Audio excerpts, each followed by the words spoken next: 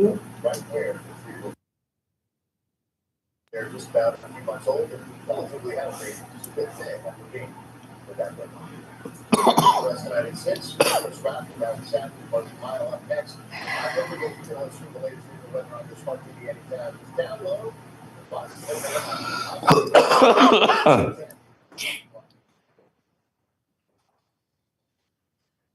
Bless you. Thank you.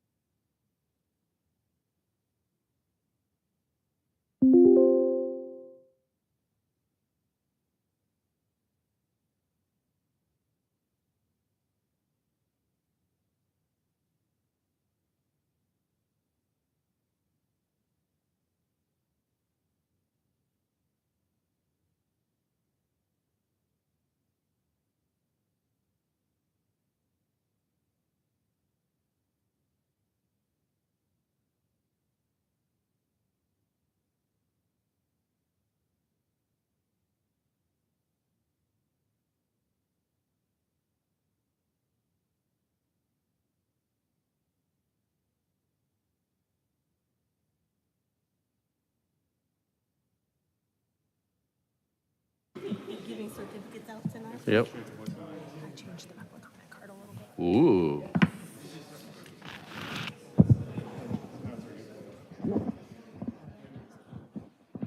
Steve, are you ready? Margaret? No, so no answer, right? I think I left it at home. You don't need it anyway. I don't really need it. Margaret, ready? Steve, ready? Let's call this meeting to order. Good evening and welcome to the City of Mountain House City Council meeting for Wednesday, January 29th, 2025. The mayor asked the city clerk to take roll. Councilmember Disco? Here. Councilmember Green? Here. Councilmember Harrison? Here. Vice Mayor Tingle? Here. Mayor Sue? Here. Let's have a moment of silence.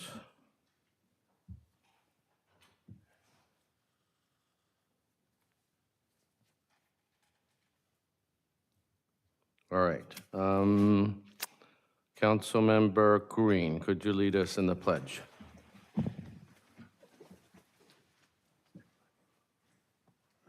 Pledge allegiance to the flag of the United States of America. And to the republic for which it stands, one nation, under God, indivisible, with liberty and justice for all. She's half a world away. All right, what is next? Approval of agenda. The mayor asks for confirmation of any changes or deletions to today's agenda. No? Then the mayor requests a council member to take a motion. I'll make a motion to approve. Council member Disco, Can I get a second? I'll second. Councilmember Harrison. Roll call, please. Councilmember Disco? Aye. Councilmember Green? Aye. Councilmember Harrison? Aye. Vice Mayor Tingle? Aye. Mayor Sue? Aye. Motion carries unanimous. Section 5, public comment. At this time, the public is invited to make comments on items of public interest that are within the city council's subject matter jurisdiction and that are not listed on the current agenda. Public comments are limited to 3 minutes per person. I would like to remind everyone about the guideline under the Brown Act. Items brought up during public comment that are not on today's agenda cannot be discussed or acted upon by the council. However, the city council can refer these matters to staff for follow-up or make brief responses. Items necessitating a response will be included in the next city manager's update and posted on the city's website. That's a new thing. I got Dr. Harminder Sidhu and Mr. Chima and Mr. Amritpal. All three of you, come on up.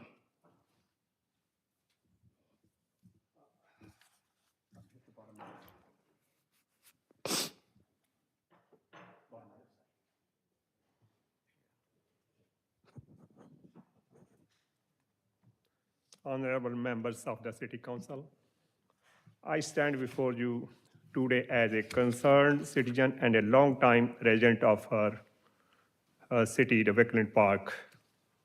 I am accompanied by fellow citizens, including the senior citizen parents who are passionate about our park. Our park, the oldest in the city, has been a hub of community activity for generations.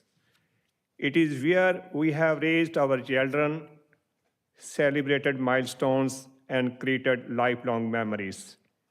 Today, it is where our children and grandchildren play and where our dance group and other community organizations meet.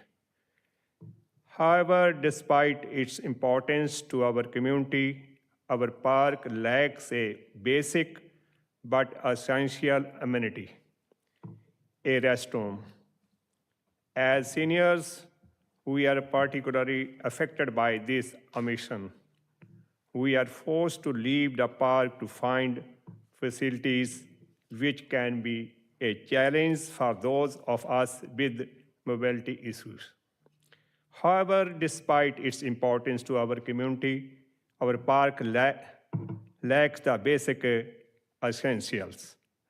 But this is not just a senior issue. Parents with young children who play in our park also struggle with the lack of restroom. It is unacceptable that in our city's oldest park, family cannot access the basic facilities. We are not asking for a luxury. We are asking for a necessity. A restroom would not only improve the park's usability, but also enhance the overall safety and the dignity of our community members. We urge you to consider our request and allocate the necessary funds to construct a restroom in our park. We are willing to work with city officials to ensure that the project is completed efficiently and effectively. We believe that our park deserves this basic amenity, and we are confident that with your support, we can make it a reality. Thank you all. And I have the request letter and signature sheet of 128 citizens of Wickland area. And I have handed over this.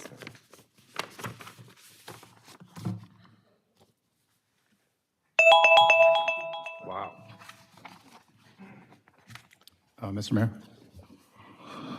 Did you want to make a brief response? just for point of clarification, where is this proposed, or where are you asking? Wickland. Wickland Park?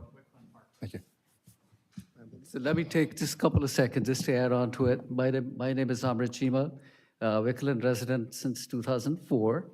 And I think we have kicked this can for a while now. I think some of you guys probably heard this requirement, demand, however we can call this. It's been asked around for quite a while. We lack this facility to have this restroom in Wickland. I know there are two other villages as well don't have them. I think it's Bethany and probably Altamont doesn't have it either. And Cuesta? Right, so 3 has, 4 don't, and I think the new ones will have it. So this has been kicked around for a while. I fondly call this group here that you see as Wickland Walkers, and I'm sure there must be Bethany Walkers and so forth. And I think we spoke last when CSD was here. I think some other folks, and Ms. Tingle is unfortunately not here today. She's our Wickland resident, of course. And I urge that this has been going on for a while. At least if we cannot find funds or do something as a permanent structure for this, I request on their behalf that we do something that may be even temporary for now to get them going. I think the need is more important than having a really good, nice facility out there matching other parks and such. So I think I would urge, I think this, had a conversation with many of you folks, as well as Steve here, and I think there could be some creative solutions out there that we can work together, maybe even temporary ones, but certainly not something that would put a blight on the thing by putting in some porta parties or something in there, which would work, but at least if it's enclosed space and all that stuff, you don't blight the community as well too. I think that is the ask for this committee, to say, let's do something. It's been asked for many years, and I'm the youngest of these guys, by the way. and I think it says we always tell our community that we are aging community here. I'm a good example of it. You know, I didn't have a white beard back when, 2004 when I moved here. All my children went to preschool to high school here. So I think this community is representative of what we vouch for. I think it's a long time coming to have this facility built into Wickland and maybe other parks as well too at this point. So that's their ask, is to really, really think creative hats to find some solution to this problem. Thank you. Thank you, Mr. Chima. And Dr. Sadhu, was there somebody else that was going to speak? No? No? I think you have one more card. I know I have a second card, but there was another name on here. But we have talked about the restrooms before, but we will get back, follow up with you next month, by next month, or not, the next meeting. Yeah, we can follow up at the next meeting. I have a, So quick response? Well, not a response, just know that, so that'll, the city manager, you've taken note of that, and then Yeah. you'll get back to them on that? Yes, I met with the group today and asked them to come and speak to you tonight so that we could follow up and provide you with information by the next meeting. Okay, thank you. Next, I have a Mr. John Sackett. Hi, come on up. Button on the right, there you go. Hi, it's my first time speaking. in front of Welcome. you. One of the things that my wife and I, we live right off of Central, and we enjoy being there.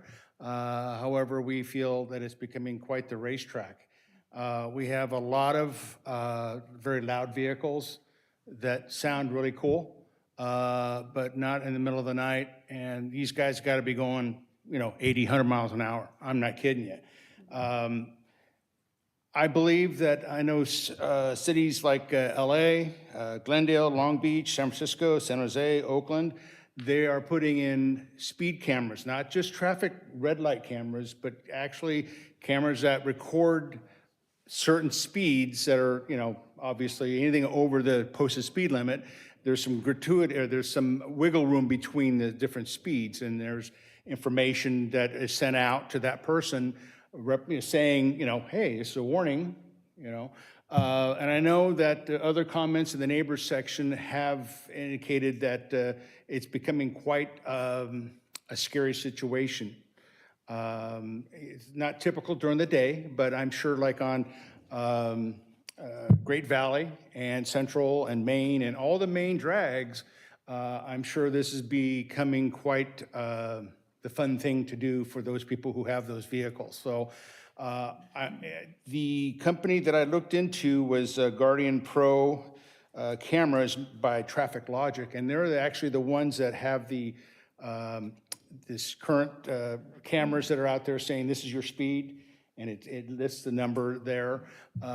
So I'm sure, like everything else, everything costs money.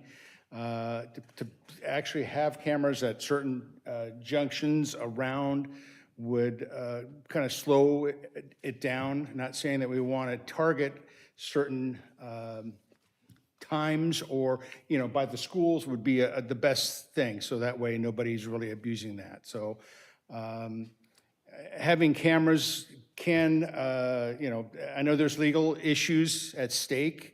And I know some of these, I actually called Manteca, the city of Manteca yesterday, and because they're putting in 4 red light cameras because they have intersections that are becoming quite dangerous as far as people running lights.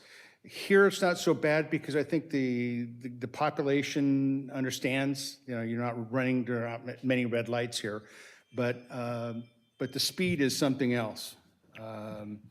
And we're being on Central, we hear it's like my wife and I look at each other like, oh my God, that guy must have been going 100, So it's just kind of a thing that, I guess we could bring it up. And I know you have budgetary issues that you're dealing with, such as restroom facilities and such.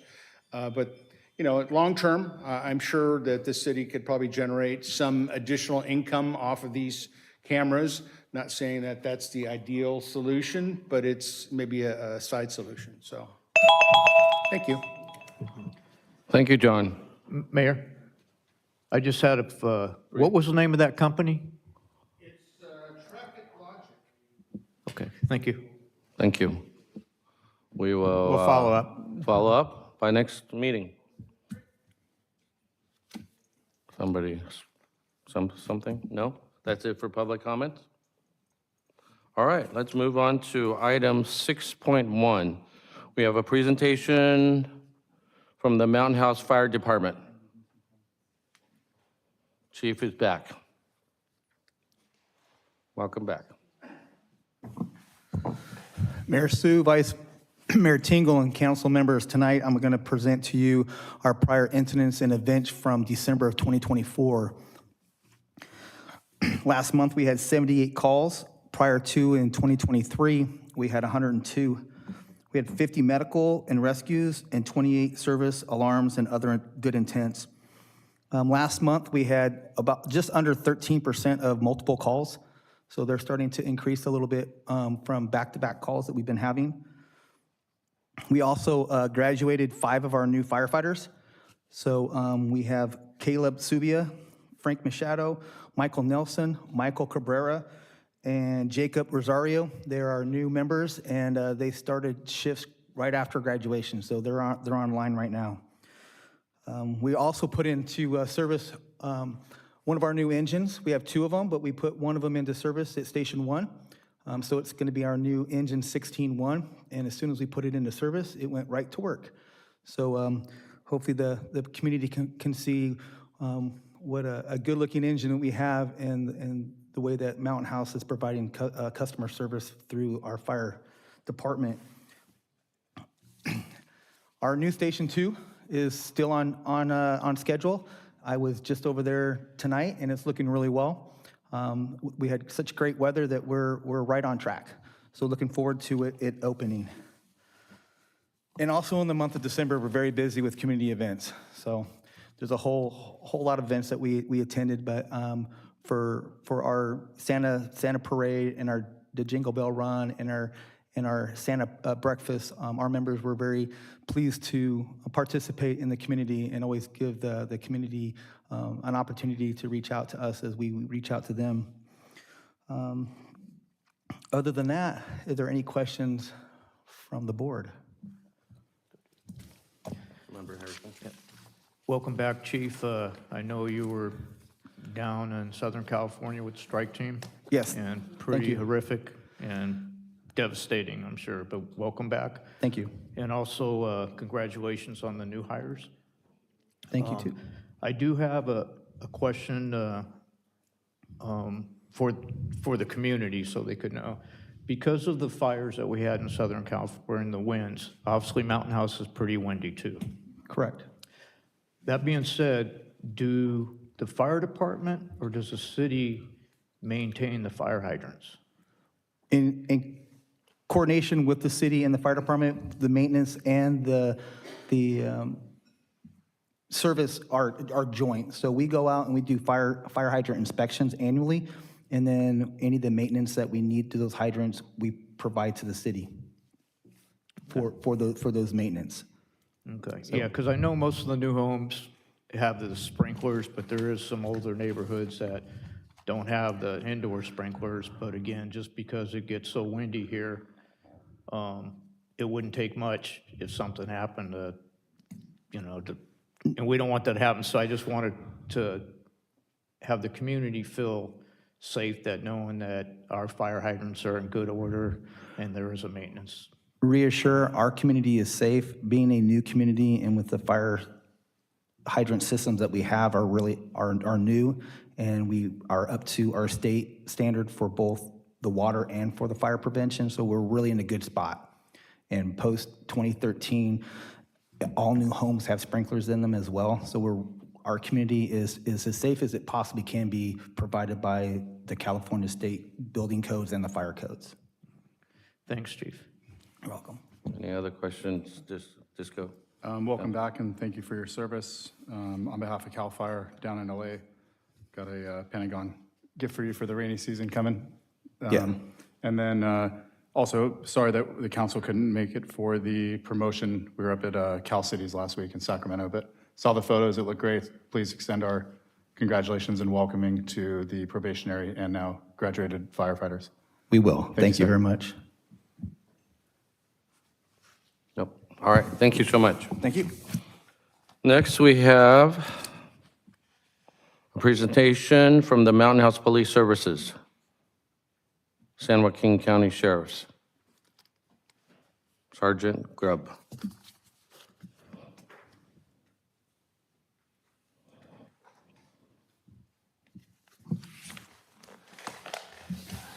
Good evening, Mayor Sue.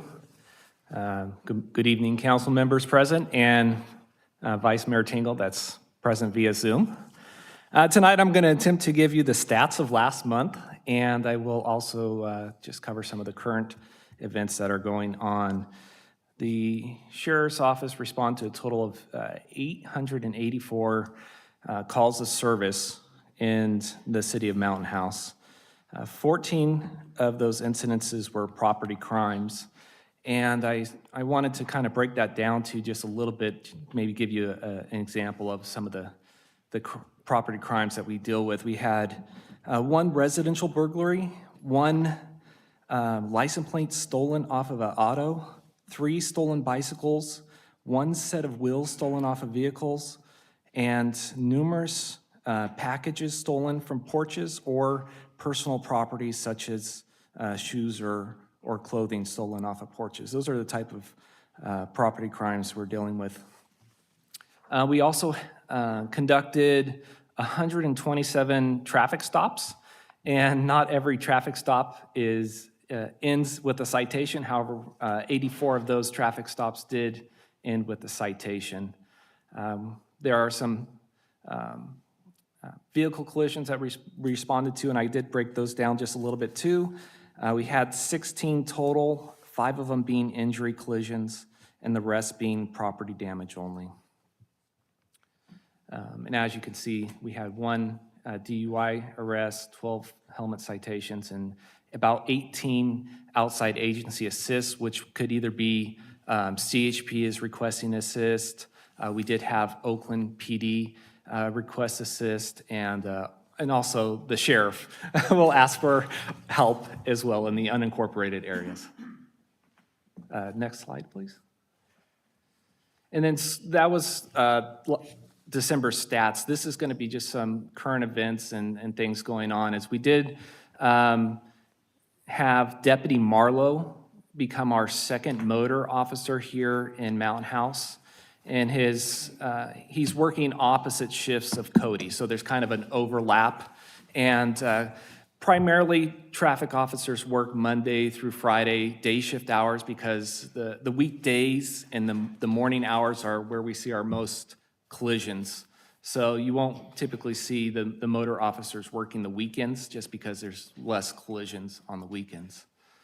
And of course, we're recruiting efforts continue to maintain coverage and support the community needs. If there's a deputy that goes out, maybe they make an arrest, so they have to go to the county, then we bring in a county deputy to cover Mountain House until the Mountain House deputy returns. Some other information is we're working on getting the Crossroads e-citations and collision program. I've been working with them, sending them all the information they ask for. And there's 5 phases of getting this rolled out, and we're currently in phase 1. I could see phase 2 in the horizon. We're getting close to moving along in this project. It will be helpful for collisions and for citations. It makes it a lot easier, a lot more error-proof, so there's not so many mistakes because it's all electronically done. Some recent events. We had a car seat safety event here during the farmers market, and people can call and schedule an appointment to get either their car seat installed or inspected. And we only had like 2 people call to sign up for it, but during the course of the farmers market, Deputy Grant was kindly approaching people, hey, do you need your car seat inspected? So we got about 10 to 15 more coming through. So, and it's funded through OTS and the San Joaquin County Public Health Office. Volunteers came out and helped out. Office of Traffic Safety is OTS. Oh, sorry. Office of Traffic Yes, Safety. I should have said that. That's what OTS stands for. Just one more thing on that prior slide, I'm sorry. We do have, or today, the motor unit and a deputy went out and helped Tracy on their step op.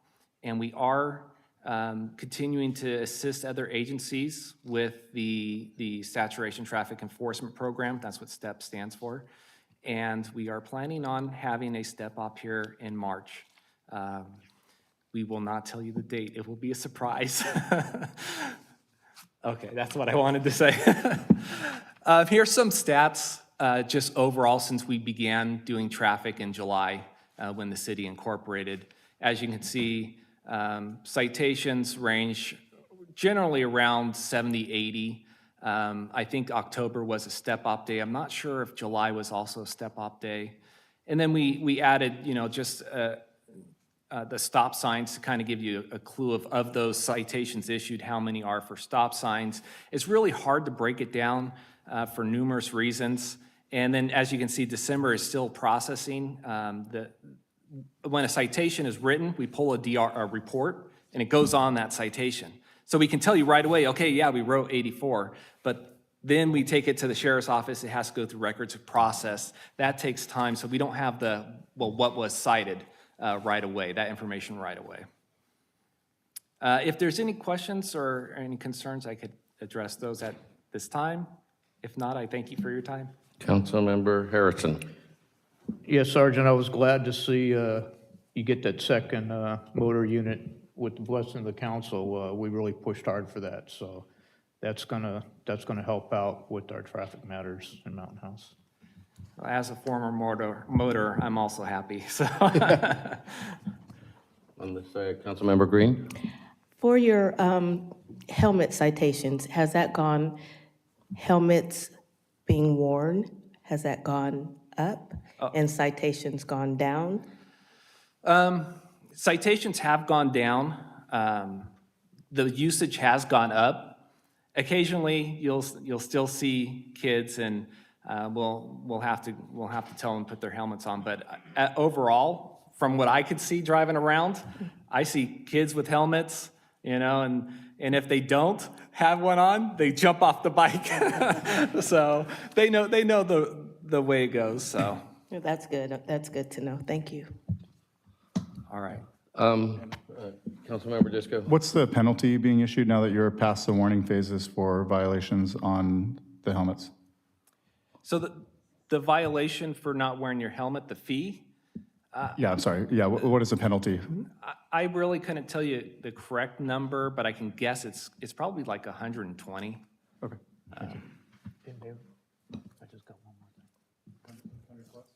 I thought it was 25.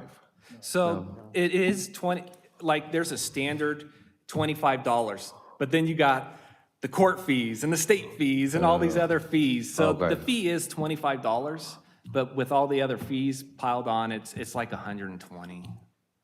Councilmember Harrison, another question. Sarge, can you elaborate on with the community as far as the new law that went into effect as far as parking the 20 feet back from the crosswalks? Sure. Thank you. Well, it's for roadway safety. So the idea and the intent behind it is to keep the intersections clear so you can see pedestrians and you can have a clear view down the street. So right now, we're not issuing parking violations for that. We are giving people warning if you're parked up on the curb, hey, you gotta pull back, give us, 15, 25 feet so that we can safely see at the intersection. We're going to talk about that a little bit in our transportation presentation as well, later this evening. Councilmember Green? I do have another question for you. I know that the fire department and the highway patrol used to offer car seats for families that had car seats that weren't adequate or that didn't meet the law standards. Do you guys still offer those programs? I would have to, I say the sheriff's office, we don't offer that program. I would have to check with San Joaquin County Public Health because they're the ones that they work with the Office of OTS to do the inspections. So they might, but at the event that we held, it was not that. It was either we'll inspect it or if you have one, we'll install it. But a quick Google search could probably tell a person if they wanted to know. Thank you. I guess it's a question, having a second motor, a cycle officer, you anticipate the citations will go up? I mean, Absolutely. double the coverage, right? And citations will go up because we got two motors working, but obviously the goal is, to get people to drive better. So the goal isn't just to go out there to hammer people, but hopefully they'll see us out there and they'll think, hey, I better make a complete stop here or slow down on Central. Sometimes citations go down if they see somebody out here every single day, is what happens. Yeah, I guess. But, I mean, if It never people- seems that way to me either. No. But I like that you presented some stats, but I think we do want to see a little bit more detail. You put the, I don't know if you did or somebody else, you put how many stop sign violations, but I'm curious what some of these other ones are, if they're speeding or parking or whatever it is. if I could just address that real quick, though. Yeah. I'm sure my lieutenant will do the best to accommodate you. Yeah. But it really is difficult to say exactly. I mean, we can tell you, yeah, we wrote 20 stop sign violations, but that doesn't really tell the whole picture. Because sometimes you stop people for stop sign, but maybe you'll give them a break. Hey, I'm just going to write you because your registration's expired. So I stopped this person because they rolled the stop sign, but I only wrote them for the registration. So the stats might be actually higher for the stop sign because that's why I stopped them. Same thing with speed. Someone's going 20 over, I might stop them and write them for a different violation instead of writing for 20 because that's going to be a big ticket. So you're asking for those stats, and we can provide those for you, but they won't give you a correct picture of what's going on out there. I guess, I don't expect exactly, but we like to know at least, the trends. Because if, let's say you presented 80 citations and 78 of them were parking citations, we would probably want you to go after the speeders and the stop sign runners more. If we had some, again, nobody expects exact data, but if we had some data, it would kind of help us guide, hey, you know what, go after the dog poop people instead of, right? Whatever the crime of the month is, the things that are more serious. I feel like, so that's why we don't expect exact data, but at least some data would help us. It's nice to see that you're giving a lot of citations out, but we also want to continue to see exactly what kind. So anyhow, thank you. All right. All right, what do we got next? Captain DeFrenchi from Ranks Safety, come on up.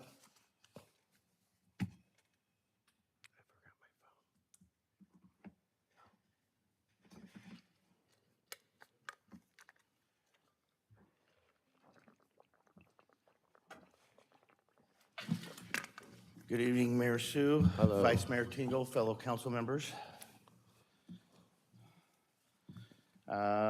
We had a total of 732 calls, which are combined with security checks and stuff. One of our officers was flagged down regarding a hit and run. We assisted on that. The vehicle took off. Then we called the sheriffs out and they took over the investigation. We had 16 suspicious vehicles, 6 suspicious persons, 568 security checks. I know the numbers should be a little higher for school crossing assistance, where we go out and talk to the crossing guards and hang out with them, make more of a presence known. 1 petty theft, and there should be 2 vandalism reports.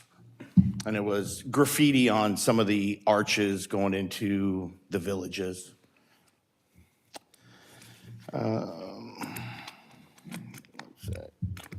Open up. We did hire 2 part-time people to help, to be fully staffed, and they'll help with time off and coverage for vacations for other officers and scheduling. We did order a new pickup truck. When it will be delivered, we don't know.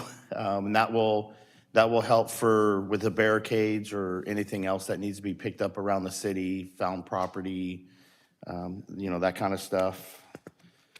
I did go out to a neighborhood watch meeting with Roger on a Saturday and met some of the community over there in Cortez. So they had any questions for me and what we do and who they can call. So that was a big success, and got to be out there and meet more of the community. And then we also assisted with Breakfast with Santa. Did that picture make it? Oh, shame on you. There's a picture of Roger and I in the kitchen cooking for Breakfast with Santa. We're still out there in the morning time and after school, trying to get traffic flowing, make sure parents aren't dropping their kids off in the middle of the street, keep cars flowing.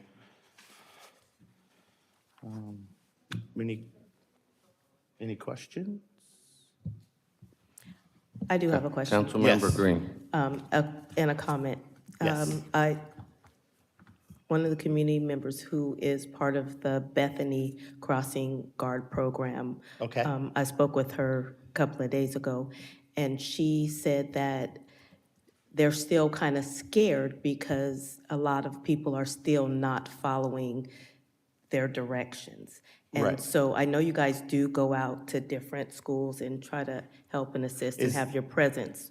So I just wanted to let you know, just 2 days ago, someone said that she was scared because people still weren't following their Following the direction. And that was at Bethany Elementary School. Okay. So Yeah, in the morning time, it's 2 officers, so we try to hit different schools each day.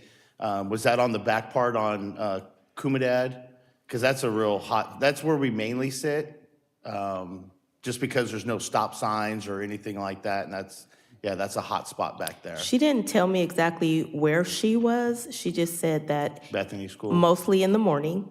It's not as bad in the afternoon, but in the morning, they're just not following. And it's always parents running late, drop their kids off and not following their directions. And And then she said, make a U-turn in the middle of the street. yeah. So, I mean, really, she was saying, I'm really scared because sometimes you feel like you're going to get hit. Right. So, check Okay. out Bethany on Tuesdays. I can put them out to focus a little bit more on Bethany. Tuesdays. On Tuesdays, the day she works? Okay. Councilmember Disco. Yeah, also to build on Bethany, another complaint from one of the crossing guards at the bridge side on Escuela at Puente? People not waiting for the crossing guard to clear the crosswalk and them entering the crosswalk while they're still clearing. Yeah. Yeah. Yeah, that's a big problem at all the schools. Yeah. What was the age demographic on that hit and run? Was it a minor or? I do not know. Okay. I don't have the full report. Like I said, it was turned over to the sheriff's department, and they took over the investigation. Thank you, sir. See, that's why I feel like we can give out a lot more tickets. Keep it up, Sergeant Grubb. More tickets. All right, thank you. Thank you. Captain DeFrenchi. What is next on here? Youth Action Committee update. I'm going to call on a member of the Youth Action Committee. Is there one here? I don't think we have one here this evening. No, but I can give a report. The Youth Action Committee met on January the 14th. And at that time, the main subject was planning for the summer camp, our signature event, summer camp. More information will be coming out on that, but that is what the group is planning on. Also, as of note, on January the 14th, 3 new council members were brought on the Youth Action Committee, and there will be more information given on that and a status at the next meeting for February, the first meeting for February. They'll be doing a full report out. Thank you. Thank you, Vice Mayor Tingle. Let's move on to item 6.4. We're going to recognize Mr. Salah, founder of Refined Real Estate, for sponsorship of the Hometown Holiday Tree Lights at the Light Up Main Street and Tree Lighting of 2024. Let's see here. I'll read this and we'll meet you up front. In recognition of generous sponsorship of the Hometown Holiday Tree Lights at the Light Up Main Street and Tree Lighting 2024, your support has brought joy and festive spirit to our community. The certificate is presented with gratitude and appreciation of the Mountain House City Council, presented on this day, 29th day of January 2025. Come on up.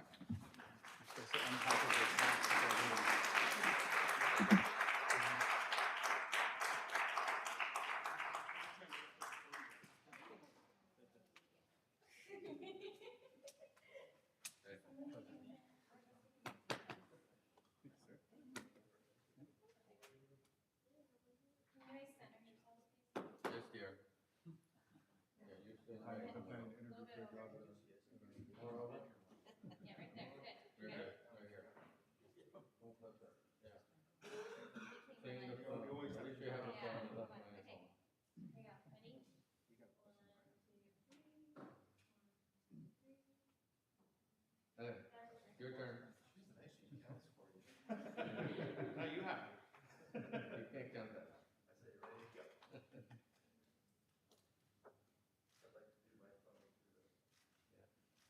What's the last one? You got the last one too? Got it? All right. Hey, Congratulations. I wish I was there to shake your hand.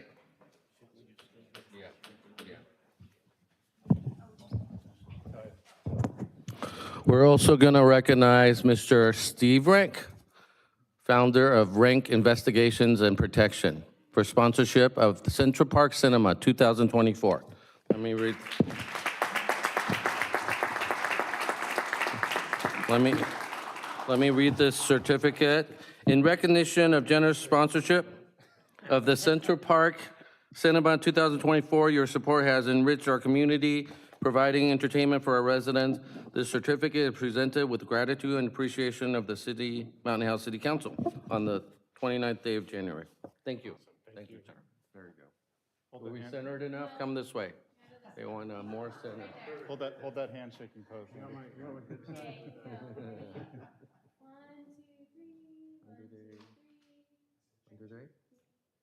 Congratulations. Phone first.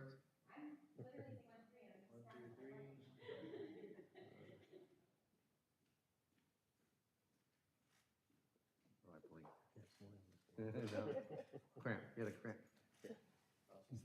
Thank you, thank you, thank you.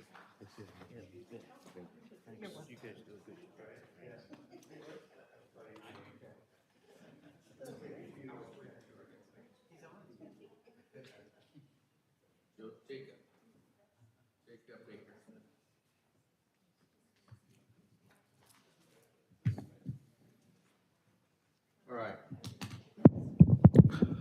I left my phone at home, so I have no idea what time it is, so let's just move forward. 7:42. Item 7 is city council consent items. Consent agenda items will be acted upon by the city council at one time without discussion. Any council member or member of the public may request removal of an item from the consent calendar for discussion. The mayor asks the council if any items are requested to be pulled. None on this side, none on that side. The mayor asks the council if they have any questions. The mayor requests council member to make a motion. Motion to approve our calendar. consent Councilmember items. Disco made a motion. A I second. second. She beat you. Councilmember Green, seconds. Roll call, please. Councilmember Disco? Aye. Councilmember Green? Aye. Councilmember Harrison? Aye. Vice Mayor Tingle? Aye. Mayor Sue? Aye. Motion carries unanimous. All right, moving forward. We have a 8.1, receive a short presentation from the Mosquito Vector Control on the services they provide and information on requests for an appointment to their board. Mr. Omar, Twice, Mayor Sue. the KH is silent, almost silent. Yes, it is. Yes, thank you. Welcome. Thank you very much, and I do promise to keep it short. In fact, I even presented my script to go ahead and keep me correct there. So, good evening, everyone. Mayor Sue, Vice Mayor Tingle, Councilmember evening. Green, thank you, Councilmember Disco, and Councilmember Harrison, and distinguished members of the staff. I am Omar Quais, General Manager at the San Joaquin County Mosquito Vector Control District.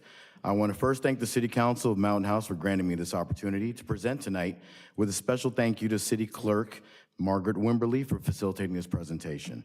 On the screen is our district office phone number, hours of operation, and physical address.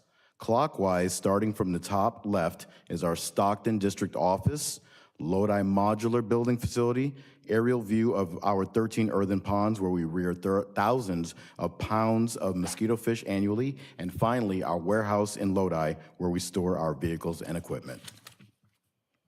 In 1945, the district was formed at the request of homeowners and farmers impacted by significant numbers of uncontrolled disease carrying pests and mosquitoes. Since that time, the district has significantly reduced overall mosquito populations and has increased the level of vector-borne disease surveillance and control. We currently have a full-time staff of 37 employees and 3 to 4 seasonal employees working May through October.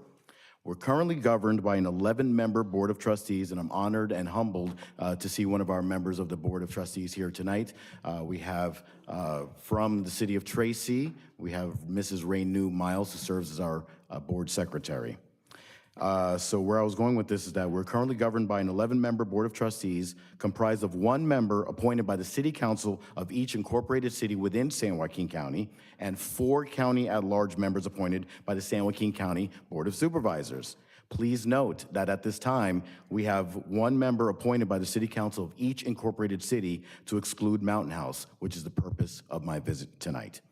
Below, if you look at the screen, you'll see from left to right, we have a typical day of our mosquito control technician treating a pasture, one of our vector ecologists counting collected trapped mosquitoes one by one, and they sort each mosquito by gender and species, staff utilizing felt flags to catch ticks, this is actually at Carnegie, and lab personnel conducting testing of mosquitoes and dead birds.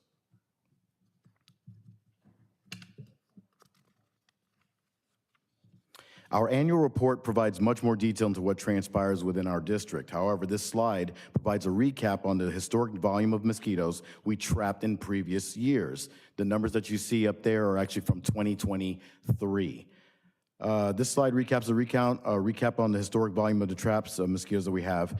But over 700 residents within the county granted us access to their neglected swimming pools or demonstrated that they are no longer green. For those that are not aware, a neglected swimming pool, if not treated, can actually lead up to infesting an entire neighborhood if it's not treated immediately, because it can actually yield up to 100,000 mosquitoes at a time. Sorry, but it's true. PG&E also played a large role in granting us access to underground vaults which harbor mosquitoes. I'm proud to report that our entomologist, Dr. Xiaoming Wang, invented a sleek and quieter mosquito trap, which you see on the screen, after the manufacturer of the original encephalitis virus trap went out of business. His prototype model has proven to be very effective in capturing mosquitoes throughout our county and is actually used also in other regions within our country. The trap is currently patent pending as well. If you look at the images to the center, you'll actually see our public enemy number one, after receiving a blood meal, laying eggs in a raft, emerging from the water in various stages of their life cycle. So you can actually see the mosquito eggs that they lay. So here's the front cover. Thank you. Here's the front cover of our latest annual report, which is available on our district website. If you also look to the image to the right, it demonstrates how we treat cemetery vases and holding containers throughout the San Joaquin County. We've actually had people wonder what we're doing at the cemeteries. Well, these containers hold rain and sprinkler water, which creates a mosquito haven if not regularly treated with bacteria deadly to only mosquito and black fly larvae. I repeat, what we treat it with is bacteria deadly only to mosquito and black fly larvae. We pride ourselves in ensuring that our residents can pay respect to their past loved ones without the threat of encountering nuisance mosquitoes. Here's the numbers that may pertain to all of you and that may get more of your attention. If anyone ever wonders how we're able to do what we do, here's how we collect our funds. Here's the annual cost to our county taxpayers. It appears on your property tax bill as MOSQ at VCTR CNTL, which is short for Mosquito Vector Control District, and mosquito abatement. The first tax bill line denotes the benefit assessment. Based on where you live within the region, determines the level of special service required. Being that you are a mountain house, you fall within Zone C due to the need to provide special service levels with extraordinary habitat. Now, you may be saying to yourself, why are we in Zone C? Well, if you had a trustee, there would be someone on your behalf that would actually be able to discuss that and debate that. But right now, you are in the most expensive zone because right now, we've determined over years of studies that this particular area requires special service. And now you're probably thinking, what does this cost me? It costs a whopping $9.93 for the year. That's what you're paying on the benefit assessment here in Mountain House. Our district board of trustees, as I stated, we have one of our presents here, voted this past year not to raise the benefit assessment, which actually kept the single-family equivalent rates for all zones within the county under $10 per year, 16.5% under the maximum authorized assessment rate. The second tax bill, which you see on the screen to the right, refers to the special tax rates, and that has been in place since 1981 and is generated based on the total square feet of a property or total acreage of a parcel.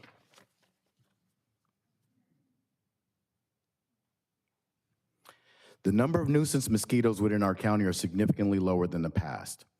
We actually, in our county, have over 15 known mosquito species that we collect annually within this county. So just for those that may not know, every mosquito is not created equally. There are some that actually can vector malaria, some that can vector Zika, you can have chikungunya, yellow fever, etc., West Nile virus. So they're not all created equal. Please know that.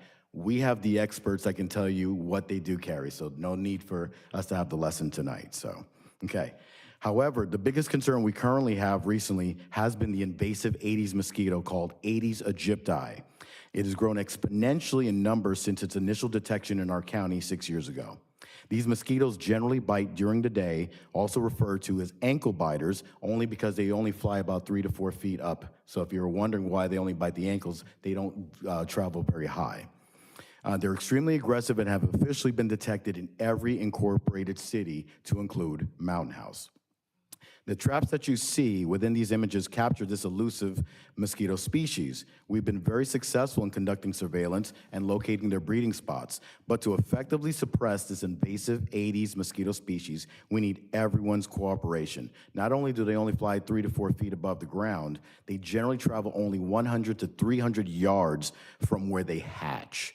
So it is imperative that we conduct premise inspections on the exterior perimeter of properties where they're found before this mosquito travels from backyard to backyard, quickly populating a community.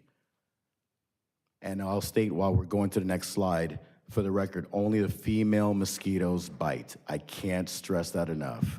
Only female mosquitoes bite. Still doesn't make it less true. Here are just some of the numerous mosquito breeding sources that were discovered over the last couple of seasons. The images to the right showcase the eggs of the invasive species. So if you look at the very bottom right, we actually use that seed germination paper to go ahead and lure the eggs of these mosquitoes. So if you look at the very top right corner, you'll actually see we magnified that 25 times so you can see what one egg looks like with a group of other eggs next to a human hair. Now, please keep in mind, for this particular species of mosquito, unlike the other mosquito that you saw earlier where they laid their eggs in a very convenient raft of 150 to 300 at a time, this one is so particular, it'll lay an egg at the corner of this table, on that side, that chair, over there, and then you're looking for one specific egg over and over. It is also desiccation resistant, which basically means it can survive year after year even if it has no water and it doesn't crack. So the moment that water does hit it, it will go ahead and hatch. It can take years sometimes. So you can literally have the pot of whatever your potted plant is, and it could be literally sitting there dormant for years before water hits it, and it'll still survive. So once again, when people tell us, oh, I don't have any standing water, you may not, but that doesn't mean you don't have eggs, which is why when we do go to houses, we scrub the actual pots to make sure that the eggs are not there. Sorry, I know I went off my script, I apologize. Okay, what you see up here now is actually some numerous mosquito breeding sources. Oh, sorry, we already went over that one. Here are some of the scientific studies that we conduct. So this is what we do inside of our actual lab. If you look to the left, we actually have what's called gynandromorphic mosquitoes. Yes, there are actually mosquitoes that are hermaphroditic. So they actually prove that some are female mosquitoes, which remember, only females bite, where they go ahead and have male characteristics and they're not actually as attractive to the others. So they actually don't mate. So we study this. We've also actually discovered a new species of black fly for the first time in over 19 years nationwide. Actually, it's called a Similium ostellatum. So he could have actually named that after himself, but he was very generous to say, no, I'll share this with the world. So he didn't name it the Xiaoming. I just wanted to share that with you. We also are now looking at other ways to treat the actual eggs where we can go ahead and get a cordless heat gun so we can go ahead and treat it in real time. You can go to the next slide. Okay, so although Mountain House officially became a city less than a year ago, our district has provided service to your community for many years now. We treat all of the items that are listed on this slide throughout the county, as well as provide service requests within 24 to 48 hours of your online request or phone call. We're constantly having people surprised that a live operator takes your call, and we do. Additionally, all residents within San Joaquin County with ponds, fountains, water troughs, or other semi-permanent mosquito breeding sources can request mosquito fish for their homes. Residents can pick them up from our office, or we will deliver to your domicile at no charge. What is also arguably our most important service that we provide falls in line with the California Mosquito-Borne Disease Surveillance and Response Plan. What we do is we work closely with communicable disease investigators from the county's Department of Public Health to identify any human cases. I'm pleased to report that there were no locally acquired cases of West Nile virus in Mountain House and only 2 this year in the county. However, there were 5 reported cases of dengue within Mountain House in 2024, all travel-related cases. Please know that when we are notified and made aware of the patient's information, it is kept confidential, but we respond immediately by ensuring that the mosquito species that primarily vectors the mosquito-borne disease, for dengue it would be the Aedes aegypti, are not lurking in the immediate vicinity, whether it be by placing traps or doing surveillance to verify that they're not. This is why it's important to ensure that that patient with dengue while recovering is not at risk of getting bit by a mosquito, because a mosquito could bite that patient, pass it on to another person, and now you have a locally acquired case. So we work very hard to make sure that that does not happen. Having an appointed resident from your city on our Board of Trustees provides Mountain House with a liaison that possesses real-time insight and a voice into the district's activities that ensure we provide protection through prevention. So how have we performed thus far in this battle to suppress mosquito-borne disease? Well, I can reassure you also that all 5 patients from this city have either recovered or are recovering from the virus. Now, once again, I don't pretend to be a doctor, but we were able to go ahead with the vital information received in real time. We're able to make sure that they were not bitten again or had any other symptoms that may have prevailed. As I stated earlier, with everyone's help, it becomes difficult to suppress, without everyone's help, it becomes difficult to suppress this invasive species without spreading the word on what is necessary to prevent Aedes aegypti from invading your property. I'm getting to the end, I promise. That's okay. How's this? Yes, that's next, the slide 2 more before. I'm gonna introduce the crowd in a minute, I promise. 1 more, please. Thank you. So what you see here is reported West Nile virus human incidence rates. In yellow, you're actually going ahead and showing what's called the county incidence rate for all 58 counties. So you're looking at the highest rate within the state of California. At one point, we'll just look at the most severe one. In 2015, Glenn County had an human incidence rate of 67.02, which basically means for every 100,000 residents, 67 of them had West Nile virus. That very same year, our county had an incidence rate of 0.29. Now you're probably thinking, well, we probably didn't have as many mosquitoes as them. Actually, they have less people than we do and less mosquitoes than we do. And if you look at the top right, you'll see we were not short of mosquitoes, but what we did have is the protection that our staff provides. Correlation does not imply causation. However, the level of scientific research, identification, and treatment of tens of thousands of mosquito sources, comprehensive vector surveillance, and dedicated field operational effort put forth season after season has certainly aided in keeping our district's human incidence rates low year after year. In fact, while other surrounding counties are experiencing much higher numbers of human West Nile virus cases, for the 15th consecutive year, our county has remained under 2 human West Nile virus cases per 100,000. This past year in 2024, we only had 2 reported human cases, and it has been brought to my attention that those patients have fully recovered. It is vital that we explore all measures and resources available in suppressing mosquito populations.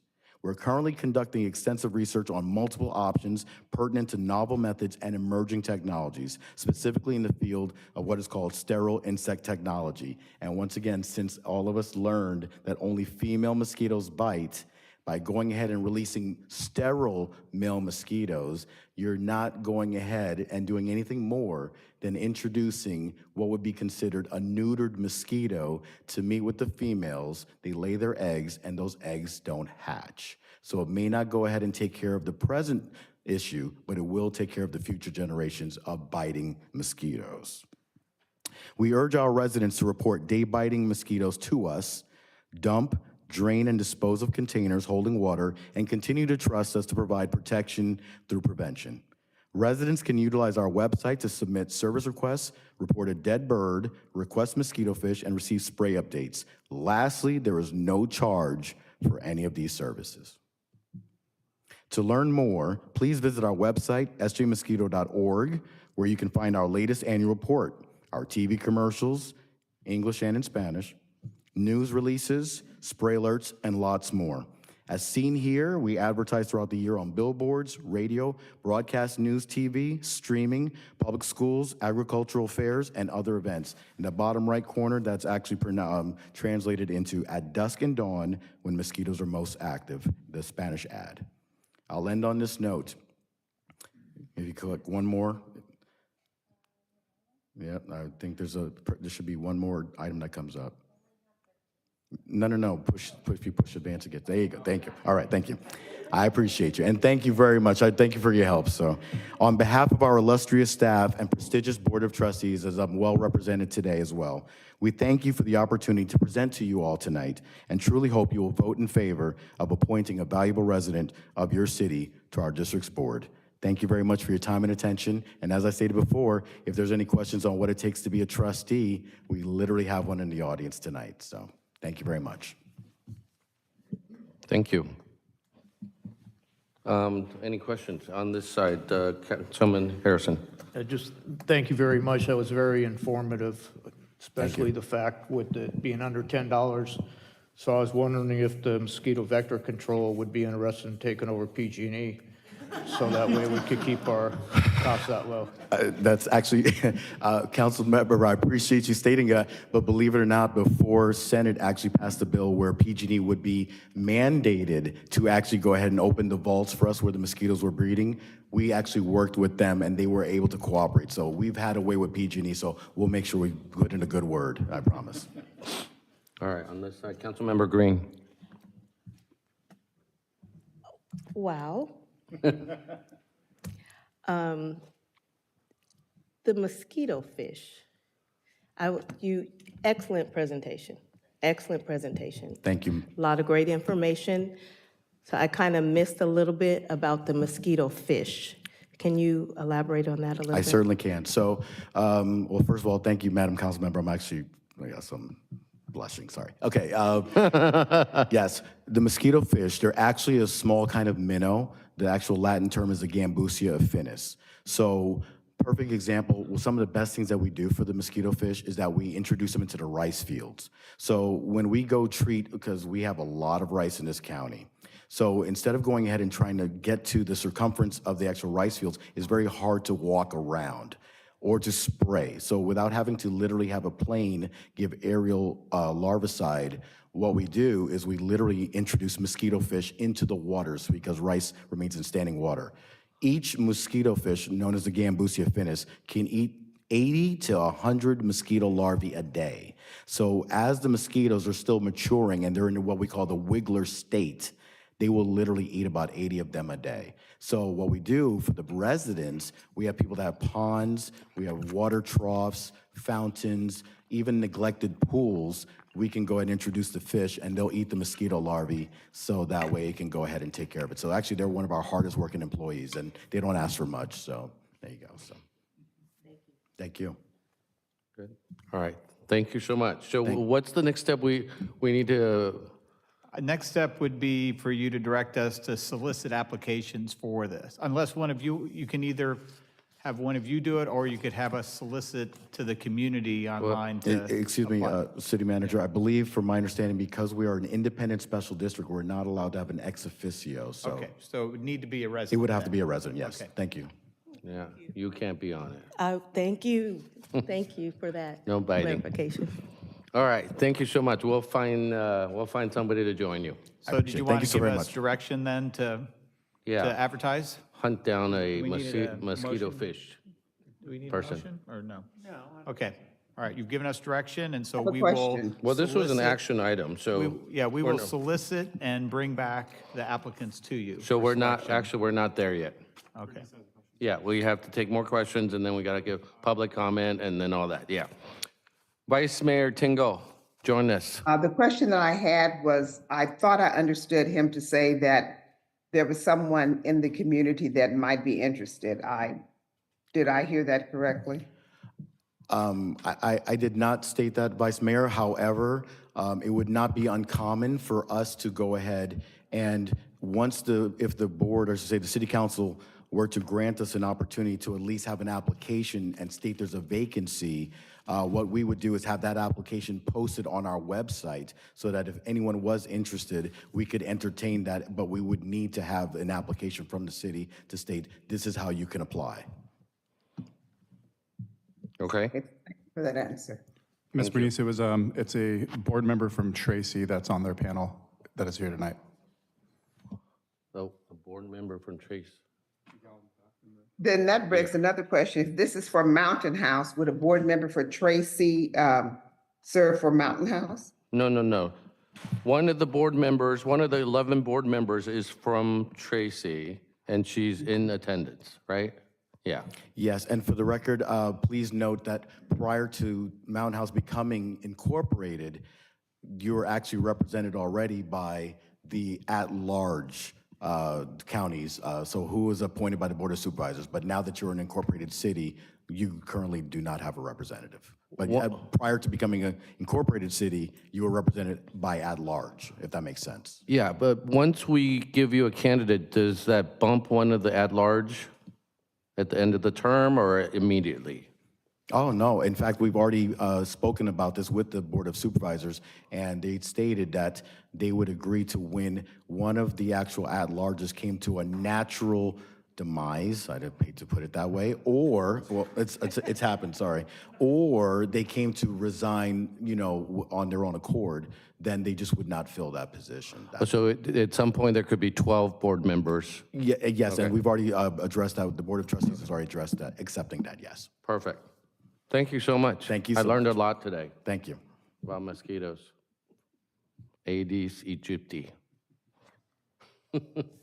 All right, let's move on to our next item. Oh, actually, no, what am I doing? We got to take public comments. Sorry, Laura. We still have to take public comments. We're not at your item yet. Public comments? No?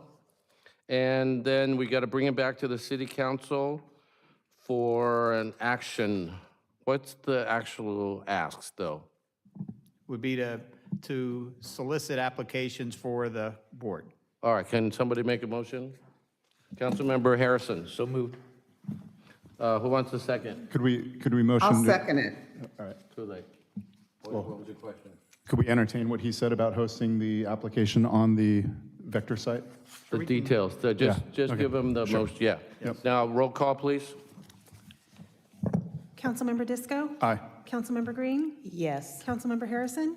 Aye. Vice Mayor Tingle? Aye. Mayor Sue? Aye. Motion carries unanimous. All right. Let's move on to 8.2. Adopt a resolution approving amendments to the tennis court rental policy. Approve the addition of 2 pickleball. What is that? Court lines to Court 1. Discuss plans to convert the Central Park tennis court to pickleball courts and direct staff to develop plan for conversion. The mayor calls on Laura Johnston with the S, or the T, I mean. Good evening, Mayor Sue, Vice Mayor Tingle, and council members. Staff recommend that the City Council do 3 things tonight. First is to adopt a resolution amending the tennis court rental policy to include pickleball as an approved sport to play on the Central Park tennis courts. Number 2 would be to approve the addition of 2 temporary pickleball court lines to pickleball courts on Court 1 at Central Park. And 3 would be to discuss plans to convert the 3 existing Central Park tennis courts to 11 pickleball courts when the new Central Park Tennis Center is completed. And then we need you to direct staff to develop a plan to bring a proposed conversion back to council for consideration for our fiscal year 25-26 budget. Stats. Stats. So pickleball is our fastest growing sport in the United States. Right now, there's 36.5 million players. Participation has grown an average of 223% over the last 3 years, according to the Sports and Fitness Industry Association. Players age 55 and up were the largest age bracket in 2021, consisting of nearly 20% of the total participants. In 2024, however, 18 to 34-year-olds are making up the largest population with close to 29% of the players. So it is a multi-generational sport. Wait, you didn't do all the stats. They already moved on to the, weren't there more? Yeah.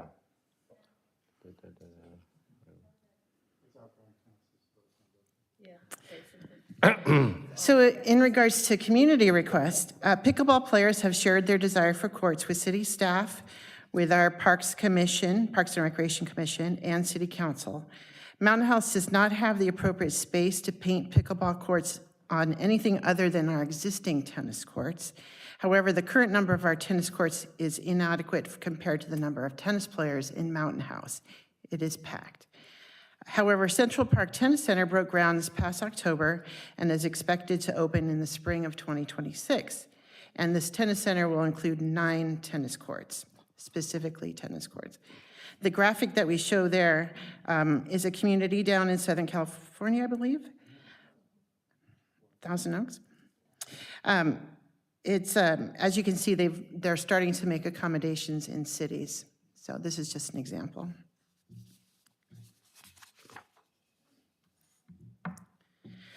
So court availability. So the 3 Central Park tennis courts are reserved using an app called Court Reserve. And according to the rental data from Court Reserve, Court 1 has a near 0% reserved utilization Monday through Friday from 7 to 2. Nobody is reserving it. Doesn't mean they're not being used. There may be walk-on players, but from my observations during the day, there's nobody there. According to the court utilization, again in that graphic, there's nearly 100% bookings between 3 and 9 p.m. on Monday through Friday, and nearly 78% between 4 and 10 on Saturdays and Sundays. What happened to Thursday 4 to 8? I know we reserve it. So this graphic was actually taken from a random week in the month of June, June being our highest month. So maybe it was a week that we actually didn't. There could be several factors. It could have been an extremely hot day that day. There might have been some issues with the court. But pretty much normally. But this is pretty much average. Like normally it's almost 100% up across. Yeah. Yes, usually. So we do have some opportunities to address the community's needs. Central Park's Court 1 can be converted into a multi-use court, allowing both tennis and pickleball as a temporary solution until the new tennis center is open. You can see from the graphic on the top, and I'm sorry, these are Google images, but Court 1 is the court on your left. On our right? Left. Oh. Well, when you look at the graphic, it's on your left. Okay, yeah, I see it now. Yeah. So Court 1 is adjacent to a line of trees. It's next to the basketball courts. It provides a lot of shade and it blocks wind, making it ideal for the lightweight pickleball. And the shade is perfect for our senior population, especially if we assume that they're playing earlier in the day. The 2 vertical pickleball courts can fit on a single vertical tennis court with 1 court on each side, accommodating up to at least 8 players on the tennis court. And the bottom graphic there is just an aerial shot of InShape and what they've done to their courts. So again, the temporary solution is that Court 1 can be made exclusively for pickleball, Monday through Friday, 8 to 2, during the time that's currently the least utilized time. Portable nets can be made available at the Parks and Recreation office because we are open during that time. So if a pickleball player wanted to play and reserve the court, they would come and get the nets from us. Or if we find that it's being utilized a lot, the staff would bring out the nets and put them at the court. So again, going back, if we do allow pickleball to be played on the courts, we do need to update and amend our current policy. So in order for us to do that, we just need to change it to state tennis courts are for tennis and pickleball play only. The policy updates also include an explanation of pickleball play, and the fee would be $4 an hour for non-residents and then $2 an hour for residents because of the discount. And just for record, tennis court rentals are $8 and $4 respectively. So the idea is you get half the court for half the price. Laura, can you go back 1 slide? Or To our maybe- temporary solution? Mhm. The renting the nets thing, I was just thinking about it. How many are we gonna have? And you see, like somebody rents it for 8 to 9. Well, guess what happens at 9? They're gonna take the net with them because they rented it. Right, because So the courts are exclusively for pickleball between 8 and 2, we would just assume they would stay out on the court. So the renter wouldn't have to bring it back and forth. So then every Monday through Friday, we're gonna put the nets up and somebody's gonna take it down? We'll either have staff do it, or if the players want to bring it back. We could also look at other solutions, maybe having some sort of storage out at the courts Yeah. where we would have a code that would be just for pickleball players. Yeah, because you don't want the 8 to 9 person to say, I rented it for that hour, I'm going to bring it back. And now the 9 to 10 person Right, can't find the net to reserve because they're driving back to. right. so- We'll find the best process for Okay. that, the solution for that. Okay, thank you.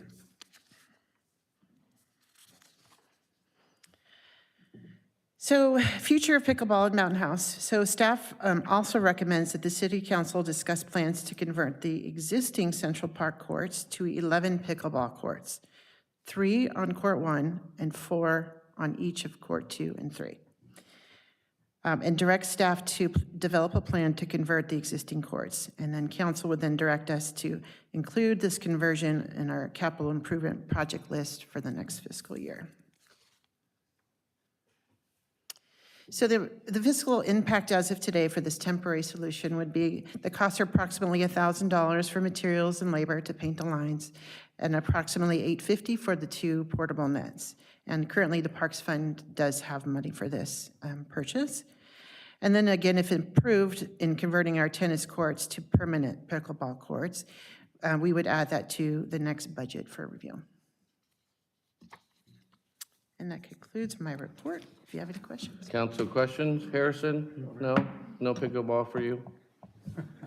No, I was going to say that once we convert all the tennis courts to pickleball, then we won't have that problem with them taking the nets. Right. that'll be Yeah, then we, yeah.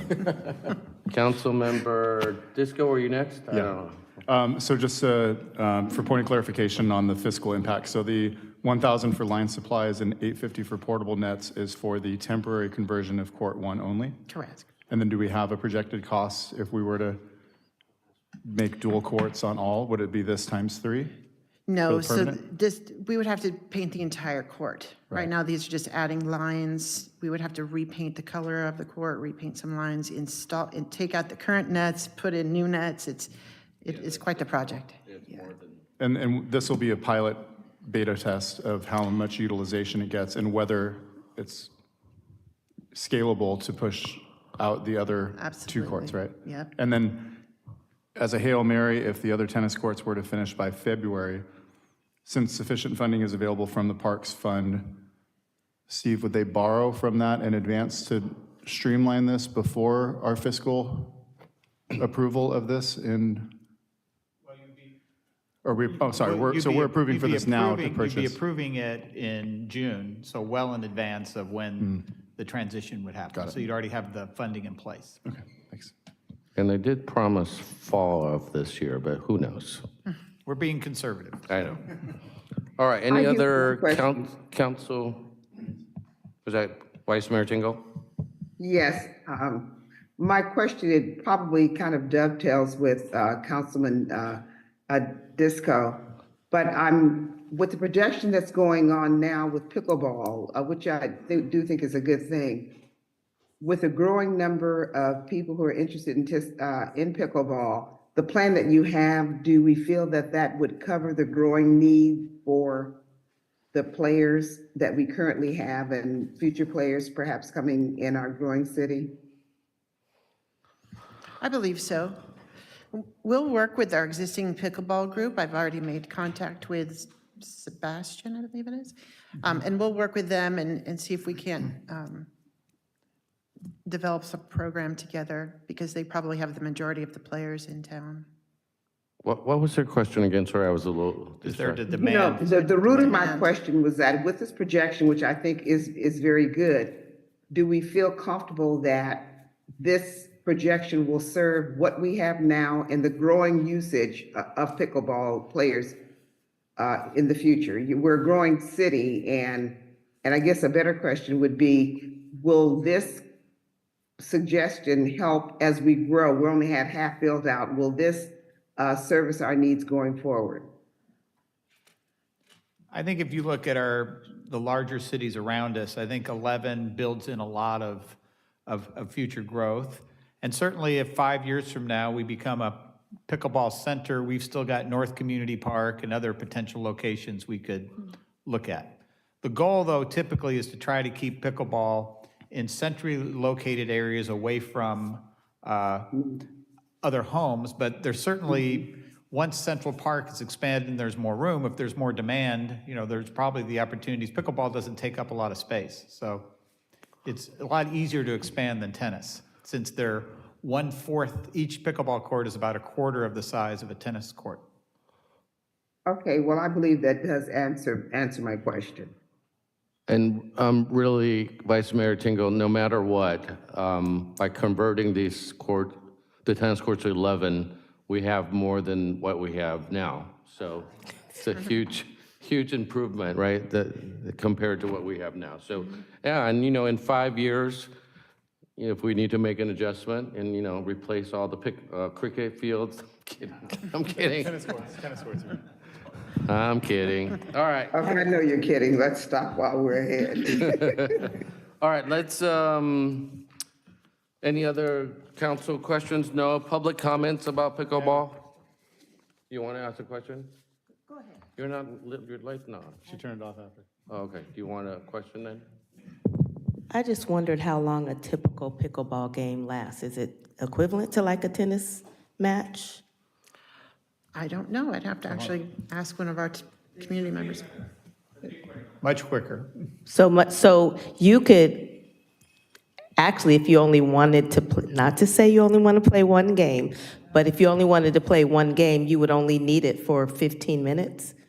Or 30 minutes, like, you know what I'm saying? So could a rental be shorter instead of like tennis, which takes 4 hours to play one game? Maybe you can, right? You got to gauge setup time. We typically do it, we're typically renting, all the places I've looked, they typically rent for an hour. 'cause An we play hour, so multiple you, matches. and okay, so you can play 4 games in an hour. 3 to 4. Oh, that's good, that's good.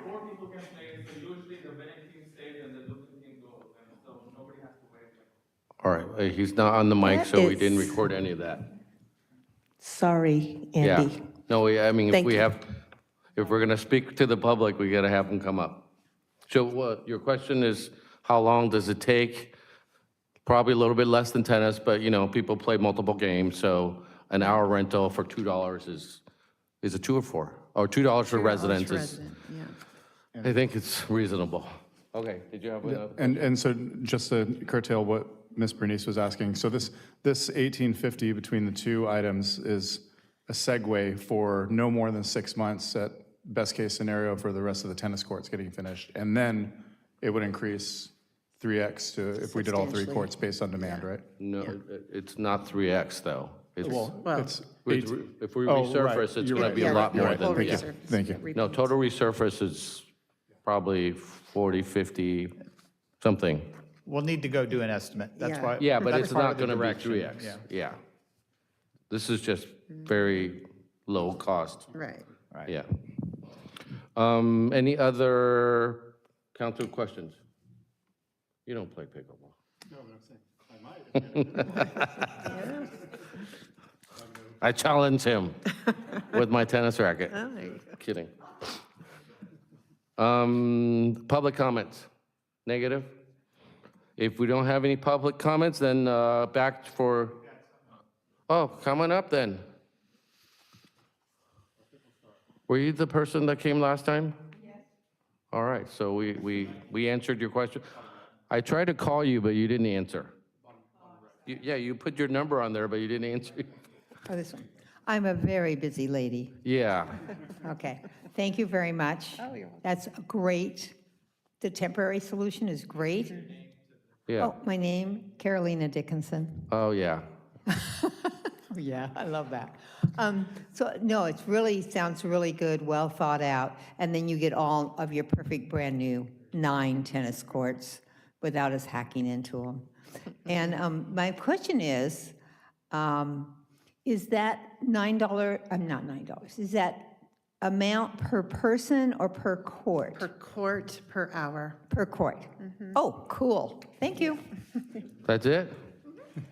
Could I ask our gentleman who was speaking to inform us a little bit about pickleball game time and play? Are you a professional pickleball player? No, but I did win the gold medal in the Tracy tournament. All right. If that counts for anything. Andy's got a Kiwi I'm sure, yeah. Andy's got a Kiwi all black jacket on, so he's got my vote. Yeah. So, you had something to say about pickleball, or you just called them up for? I mean, he seems pretty well informed for the non-senior generation, so I just want to see if you can give us a 30-second brief of what it looks like on use on the court, because none of us play pickleball. Yeah, it's a game similar to tennis, much less intensive, and you can play with anyone. It's it can get competitive depending on who you're playing with, and it takes quick 15 minutes. You don't have to run around too much, but it's an amazing game, and I'm glad we have it. We're gonna have it soon. You can do singles and doubles. Single gets a little bit more running, but doubles is like a different kind of game. But Now, yes. well, I actually do, I'll confess, I have watched pickleball on TV. The score goes up to 15 per set, right? 11. 11, and then you have to win 2 out of 3 sets? Yeah, I mean, in a tournament, yes. Yeah. In a regular game, usually people play till 11 because additional people are waiting, so you Okay. switch over. Yeah, the tournaments I've watched, it's 2 out of 3 sets. So more than 15 minutes. I just would like to say I appreciate the young people coming up talking about pickleball, because it seems to be like it's just a senior game, but the stats that were Numbers are given changing. lets us know that there are quite a few age Because they don't, ranges that likes to play this pickleball. generation doesn't like running. They don't want to sweat. I have 4 gray hair now, so Yeah. I'm catching up. All right, thank you.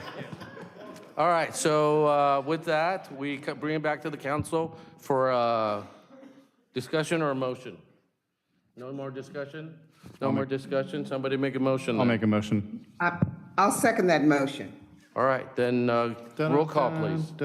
So this is just want to put all the recommendations back up on the screen, Everything she please. recommended. I just want to make Please, sure, slide 2. go ahead and put the recommendation slide on there. Keep going, That one. keep going. Get to recommendations. Just Come want to on. make sure. And by the way, I can tell you firsthand, do not dive when you play pickleball. It's very painful.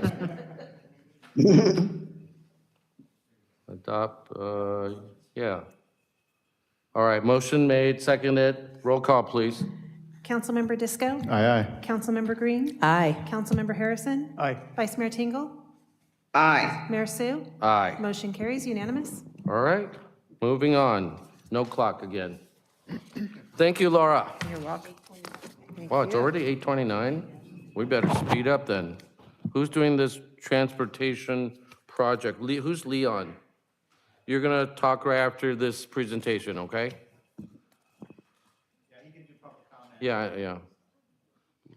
Hamid Parsa.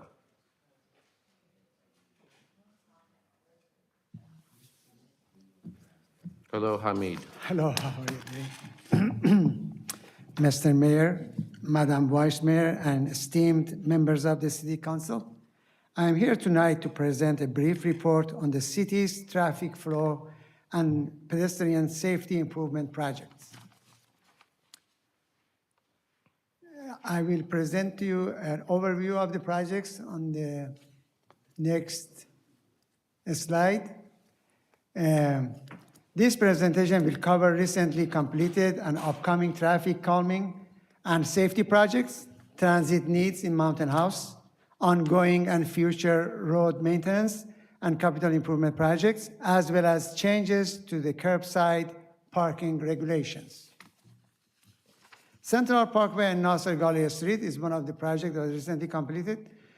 Following multiple reports from residents expressing concerns about pedestrian and traffic safety at the intersection of Nasser Ghali Street and Central Parkway, AMG, the city's traffic engineering consultant, conducted a traffic safety evaluation. Based on their recommendations, the city installed a school zone, a speed limit sign, yield signs, striping, and a speed readout radars on both sides of Central Parkway at this intersection. At Grand Line Road and Great Valley Parkway, the city, after receiving several reports from the sheriff, I guess she is using my old presentation.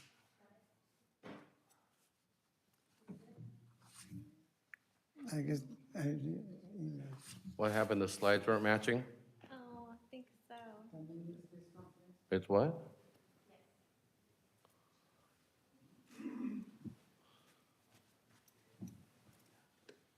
I'm sorry. Can you start over? No, I will go, I start from I was kidding. number 4, I made- slide 4.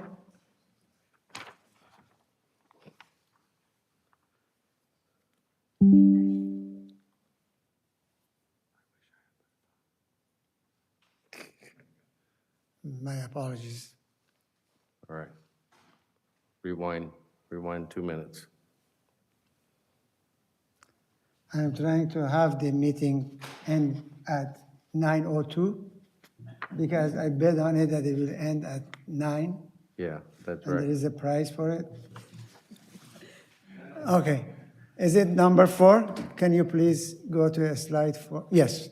Okay. After receiving several reports from the sheriff and residents about traffic blockage at the intersection of Grant Line Road and Great Valley Parkway, the city installed do not block intersection signs on both streets.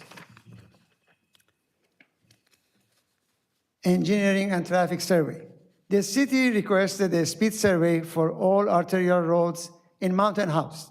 But what is an arterial road? An arterial road is a high-capacity road that carries a large volume of traffic between urban areas and highways. Arterial roads are a key part of transportation systems, especially in urban areas. Advanced Mobility Group, or the city's traffic engineering consultant, conducted the surveys and provided a draft report for a staff review and feedback. The survey results will be used to set fair speed limits for each road. Based on the findings, the posted speed limits may remain unchanged. Traffic safety improvement in the city of Mountain House. Traffic safety measures are being integrated into the design of new neighborhoods in Mountain House. Developers plan to install new traffic signals at the intersection of Main Street and Central Parkway, as well as Nasser Ghali Street and Central Parkway. Traffic signals have already been installed at the intersections of Tradition Street and Arnado Boulevard, and at Grand Line Road and Prosperity Street. Additionally, the developers for Neighborhood A will be installing an RRFP system at the intersection of Central Parkway and La Barbera. The design for the new neighborhoods will also include new roundabouts, high visibility crosswalks, and RRFP system. Staff is working on a new traffic safety improvement project in 2025, which will include new striping, speed limit signs, yield signs, and pedestrian crossing signs on Cuesta Trail. I remember that Councilmember Disco asked for this road several times. Yeah, this is the result of all those. It was really quick that it happened. Yeah. Thank you. Pavement repairs and road maintenance. We have initiated a road maintenance project in Wickland Village, Central Parkway, Arturo Boulevard, Henderson Road, and Bethany Road. The project involves the removal and replacement of approximately 28,000 square feet of asphalt concrete, a slurry seal application, and a street striping and marking. Traffic signal synchronization project. This is an update about this project that is going on for almost 4 years. This is a grant that we received. Traffic signal synchronization is partially funded by state grants to help cover costs. The Mountain House Parkway Traffic Signal Synchronization Project was advertised for bidding on September 4th. 3 bids were received, but all were deemed non-responsive due to lack of some documentation. The project will be re-advertised in February. Bike lane project, which is 2 grants, part of the 2 grants we received from HSIP, Caltrans Highway Safety Improvement Program. The traffic safety improvement programs at the intersection of Legacy Drive and Heritage Drive on Central Parkway, and new bike lanes project on Great Valley Parkway and Arturo Road, Arturo Boulevard, and Main Street are partially funded by Highway Safety Improvement Programs grants.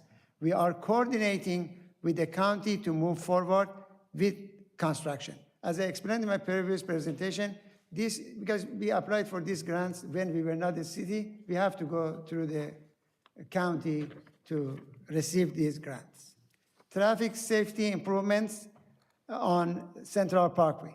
The second grant awarded to the city will help improve safety at the intersections of Central Parkway, Legacy Drive, and Heritage Drive. We are currently working on a cooperation agreement with the county to advance the project. Traffic safety improvement for the same Central Parkway location is presented here.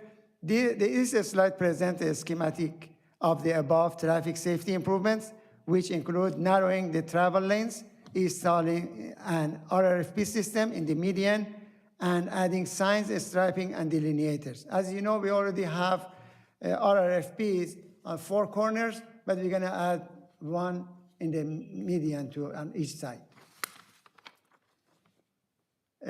Grant opportunities.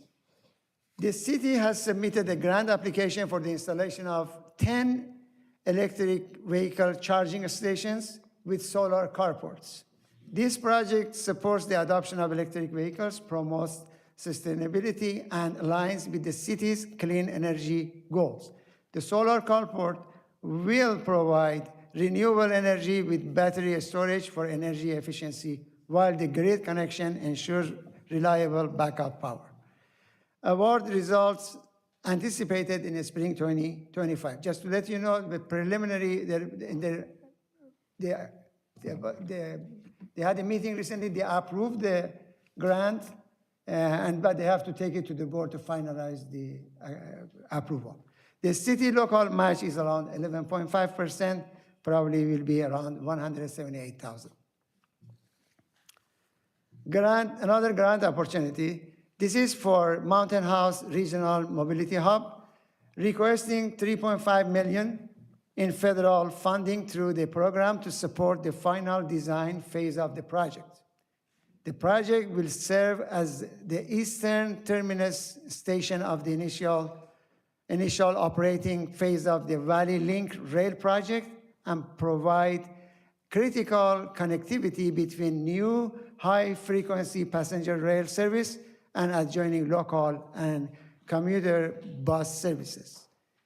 The hub will be accessed by a new signalized intersection on Mountain House Parkway. The project will include passenger pickup and drop-off zones, including six bus bays and a dedicated kiss and ride rideshare service area. As part of this, the on-site vehicle parking, the project will provide approximately 3,000 parking spaces to meet future Valley Link ridership demand, including accommodation for ADA, van pool, and electric vehicle parking. Bicycle parking is planned to include bike lockers. This is consistent with our submittal to the San Joaquin County Council of Governments for their One Voice platform for federal transportation funding advocacy for the region. Future pavement repair programs. Based on the city's pavement management program, staff plans to perform road maintenance in Bethany, Altamont, and Cuesta villages, as well as on Mustang Way and Arturo Boulevard. A site inspection will be conducted to identify the specific repair locations. New parking rules. I discussed about this in my last meeting too. A new state law prohibits parking within 20 feet of marked or unmarked crosswalk, either if there is a red curb or not. This will improve drivers' visibility of pedestrians, making crossing safer. NTMP, or Neighborhood Traffic Management Program. Residents have raised concerns about speeding and traffic in neighborhoods. Many jurisdictions develop a Neighborhood Traffic Management Program, or NTMP, to systematically address traffic issues affecting the livability and safety of residential neighborhoods. The goal of traffic calming within the NTMP is to achieve positive outcomes in several key areas, including speed reduction, enhanced safety within school zones, improve pedestrian and bicyclist safety, reduction of cut-through traffic, decreased collisions, reduction of noise and air pollution. Once the NTMP is adopted, the approved traffic calming measures will become standard tools used to manage high vehicular speeds and cut-through traffic volumes. Safety updates and next step. We will continue reviewing safety issues and listening to community feedback. The goal is to create safer streets for both drivers and pedestrians. This concludes my presentation tonight. If you have any compliments, I will be happy to listen to it. Any compliments from this side? Councilmember Harrison. I do. Is there, unless I missed it, but is there going to be the flashing for the crosswalks for Main Street and Central? No, it's just traffic signal, red and green and yellow. There will be no flashing. Because when you have traffic signal, it's one level higher than all-way stop and RRFPs, the flashing. There will be a full set of traffic signals. Got it. Wait, you asked about Main and Central? In the crosswalk? Isn't there already a Not light? now, it's an all-way stop right now. I guess I'm picturing the wrong. Okay, questions on this side? Disco. Yeah, great presentation. Thank you for all the updates. Have we ever explored the opportunity to install a park and ride ahead of the Valley Link as a preliminary growth hack for not only a temporary resolve to traffic on the Altamont, but also to build an earlier adoption of Valley Link riders once the train is ready? Like, could we hitch the horse before the carriage and build a parking lot and teach people to get off the freeway there and consider an alternative for getting over the pass? Great question. Good evening, Deputy City Manager Jody El Massey. So we're working really closely with Valley Link, and to say to get ahead, I don't know that we'll be able to get ahead, but we want to make sure that we're prepared and ready. So for example, the grant application opportunity we talked about, BUILD, formerly the RAISE program, our plan is to secure funding that will take us through completion of that design phase as Valley Link proceeds with clearing the environmental phase that they're going through right now. So again, get ahead, maybe not, but we want to be able to catch up and stay at the same pace with them. I was just thinking forward with other train projects and the type of delays that you run into through these environmental reports, because I spoke to Congressman Harder's office last year, and they said that there is a Fed grant available, but we would just need to submit a formal plan for review that they would either fund or match. And I brought this up to Steve, but that was also in the turmoil of, or the preparation of, what was it, refilling the plane while it was mid-flight? So just want to bring that back up on the radar and just, you know, to do something and also bring economic development to our town by getting people off of the freeway and using things like ARCO and New India Market as those progress and open up kind of in that side of town. So just want to put that out there. Thank you. Thank you. Any other board questions? I mean, council questions? No? Let's take our public comment. Mr. Leon, come on up. Looks like a Boy Scout.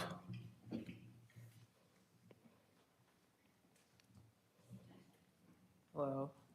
Hello. My name is Leon Aaron. I'm from Troop 537, and I've come to discuss about traffic near the Altamont Pass and how solutions. So along the Altamont Pass, it's during weekdays, and it takes around 30 to 45 minutes to exit Mount House. Is there any proposed solution to this? I just wanted to know. And also for road safety, I wanted to suggest that there should be advanced warning signs to help people slow down before a crosswalk along the Central Parkway and Main Street. So that's it for me. All right, thank you. Just to quickly follow up, we are putting in the traffic signal at Central and Main. And then as far as traffic leaving Mountain House, we have traffic circles that are in final design at, on Grant Line at Altamont and at Mountain House Road. And hopefully by the end of the year, we'll be able to report back on the status of that. That's going to be about a $15 to $20 million developer-funded project. But significant resources are being spent now on the design and potential land acquisition that may be needed. The other tricky part on that is it's in Alameda County. It's not in the city of Mountain House. And so we have a cooperative agreement with Alameda County, but a lot of hoops to jump through in each step of the process since it's in a different jurisdiction. But we'll be, hopefully have more, Jody will have more positive updates on that in the near future. We're getting close, I think, to a decent level of design so we can start getting an idea of cost and timing, right? And clearing the environmental as well. And what's the status of the down traffic pole at Main and Central? Are we replacing that, or are we just waiting till that becomes an active intersection? I think we're actively working to replace that. Okay, thank you. It's a long lead item. If there are no further questions, this is a discussion item, so we can move on to 9.2. Council, wait, no, Steve, City Manager. All right, we have a. You're going to present we're your very 3-minute quick report. tonight. We're very quick tonight on this. 3 minutes. Look, they're trying to put no, they're giving me 2 minutes, it looks like. 2:09. It's going to take Amanda that long probably to get up the PowerPoint tonight, as clunky as the PowerPoint's getting. We're going to win the time. Hey, Amanda, who's doing the translation, or is that AI? AI, AI messed up a little bit earlier. still a work in progress. The kiss and ride. I want to go to the kiss and No, ride. kiss and ride is a term of art, actually. For drop, instead of calling it drop off, that's actually a technical transportation term now. Oh, is really? Kiss and ride. So it Yes. wasn't a typo. Yeah. So that's what they call passenger drop off now, is kiss and ride at the All right, transit well, you station. just wasted 45 I'm seconds. sorry. Well, kiss and ride's a lot more interesting than the rest of the presentation, so. All right. Next slide. Who's got a clock? So we just wanted to let you know that we have addressed the concerns from the last meeting and attempted to make contact regarding the pickleball courts, the bike lane and safe route to school question, and the skateboard park questions. And any questions we have tonight, we'll follow up on, and we're also going to follow up on the community garden inquiries as well. And we'll be tracking these on the website and on these, at these meetings each biweekly. Trying to get some up-to-date photos, but things are moving very quickly in neighborhood JK and neighborhood A7. I think there's been almost 150. Before you know it, there's going to be probably as many as 200 houses under construction by this spring, both in the north and south ends of town. If you go down south, there's probably been 40 houses pop up in the last month. I mean, it looks different from when we were out there 3 weeks ago. And Mustang Square continues to doing a lot of work underground, and we don't have a firm date to get you, but we think 2025 is going to be the year. And we're also finalizing the review of the parks and open space up in neighborhood J. And you can see here that Safari Kid, not plural, is almost complete over in Bethany. And just to confirm, based on the inquiry, I thought I'd share it with the rest of the council, that the permit that was issued allows both daycare and for them to host special events and assembly type events as well. So they can do functions there on evenings and weekends when they're not using it as a daycare facility. Pardon? Mid-March, you think it'll be done? Okay, so after mid-March, it can start becoming something where community events could be hosted. Again, it's a private property, not us. Fire station, we're expecting it to be all done. We got the fire truck now, so we'll be bringing forward to you in the budget the operating expenses for the fire station because we assume it's going to be up and running July 1, around the same time as the first folks move into the north part of the community. And of course, people's toilets have to flush, so we're making sure that is ready to go, because that's the one part of town lower in elevation than the sewer plant, or high, yeah, lower in elevation than the sewer plant. Everyone else can flow into it, but kind of important thing. You approved tonight our ability to improve the capacity of our camera system. We'll be getting back to you soon on some more improvements related to the camera system. And as mentioned earlier, there's a neighborhood watch meeting with the folks in Briar Square over in Cordes. And don't forget about since our groundbreaking, a lot of progress has been made out at Neighborhood Park B. And there's been work on both the Bethany Park survey. We're finalizing the park equipment at Bethany Park. And we'll be providing you an update from the Veterans Memorial Subcommittee at the next meeting as well. And we are continuing to monitor COVID levels in our wastewater, and it's dropping again. And I think we're also, there's about 20 other things we're monitoring. And as always, flu is spiking up a little bit this time of year. I don't know, do we have a chart on flu on the next slide or not? Yep, there we go. So you can see influenza A and B. You can just see the seasons, and I'm sure the mayor would also be able to tell you without looking at the wastewater that flu is up. But we continue to monitor those, and it's great to be part of that statewide database. Uh-oh, it only jumped once, and so keep going. Keep going up. There it goes. And so you can see Councilmember Harrison was our representative yesterday at San Joaquin County as they celebrate 175 years. Are they coming to see us this spring as well? November is when they'll be coming to, the county will be coming down here to celebrate the 175th year of the county. As you know, San Joaquin County is one of the original 26 counties, and actually was one of the most populous counties back in 1850 as well. And then finally, I wanted, Jody, do you want to go ahead and introduce our outstanding new employee? Good evening again. So I'm super excited to have the gentleman to my right here. So finally, we have filled our Public Works Director vacancy. So not only is he an esteemed engineer who's been in the field for many, many years, and he has, transportation and traffic engineering savvy, he's a Mountain House resident, so it doesn't get better than that. So again, Mr. Kusan Kim, and I'm going to let him say a few words. Thank you. It's going to be a very short introduction. Good evening, Mayor, Vice Mayor. You want to sit down? It's okay. I'm short. Yeah, he's too tall. Good evening, Mayor, Vice Mayor, and council members. Kusan Kim, the new Director of Public Works. I've been a proud Mountain House resident for 18 years. I fully understand what's going on in our communities. I raised my 2 kids here. I think it tells everything. For 18 years, the level of the understanding as well as ownership for my job and the service here.